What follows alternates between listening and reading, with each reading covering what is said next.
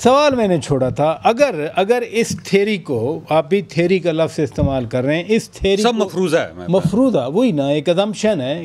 یہ 20 تھے بیسیکلی، 20 لوگ تیار تھے. اچھا، احسن اقبال صاحب نے پچھلے دنوں کہا ہے کہ 10 15 20 لوگ ہمارے پاس تھے، اور وہ 20 لوگ اس طرح تھے. یہ الیکشن کمیشن کا شکریہ ادا کرنا چاہیے، اور 12 جولائی کے فیصلے کا بھی شکریہ ادا کرنا چاہیے. بیسیکلی آپ کو پتا ہے کہ 12 جولائی کا جو فیصلہ ہوا تھا، 8 ججز نے کہا تھا کہ یہ پاکستان تحریک انصاف کے لوگ ہیں، ان کو پاکستان تحریک انصاف میں شامل کیا جائے.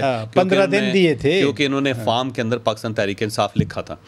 اور جب یہ امپلیمنٹیشن کے لیے الیکشن کمیشن کے پاس گیا تو الیکشن کمیشن نے پھر کہا کہ 39 لوگ ایسے ہیں جنہوں نے لکھا تھا، 41 جو ہے انہوں نے لکھا تھا، اور یہ اب سنی اتحاد کونسل کو جوائن کر چکے ہیں. تو اب یہ نیا کرائسس پیدا ہو گیا. اب ہماری ہمیں تھوڑی سی گائیڈنس دے کہ اب ہم کیا کریں.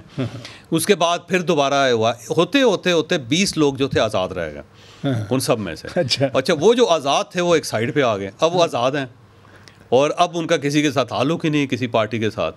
تو وہ جو ملے تھے ان کے ساتھ، وہ پاکستان تحریک انصاف کی بنیاد پر انہوں نے الیکشن لڑا تھا، لیکن آزاد حیثیت سے لڑا تھا.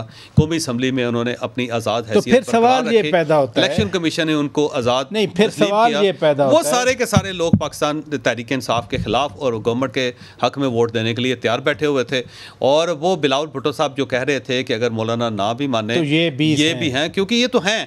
سب سے بڑا ایشو جو تھا وہ تھا سینٹ کا، اور سینٹ میں جو رونچو صاحب ہیں، رونجو صاحب، ان کی مہربانی سے وہاں پہ بھی تعداد پوری تھی.